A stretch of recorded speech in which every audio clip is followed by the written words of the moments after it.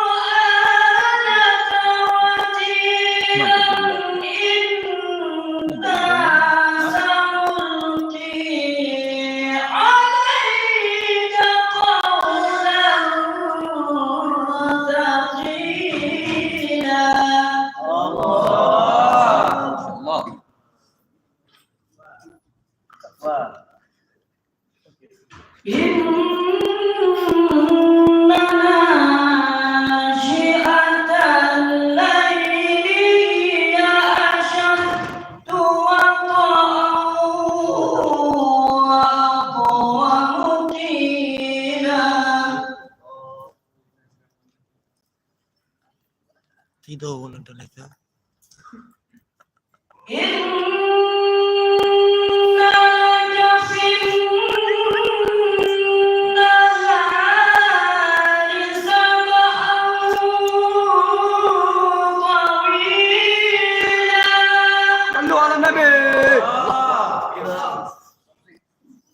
Syekh.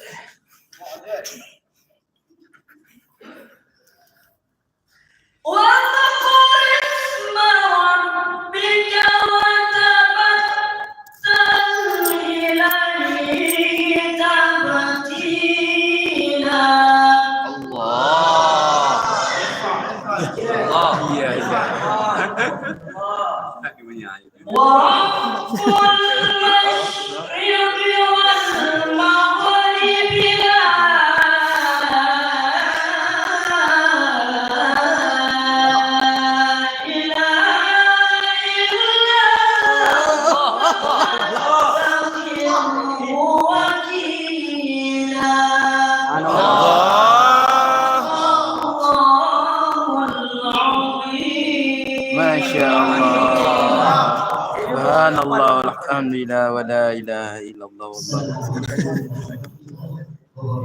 Waalaikumsalam warahmatullahi wabarakatuh.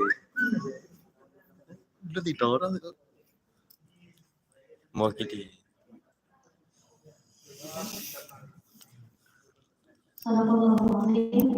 Semoga dengan pembacaan ayat suci Al-Quran tadi, acara kita pada hari ini diberkahi oleh Tuhan.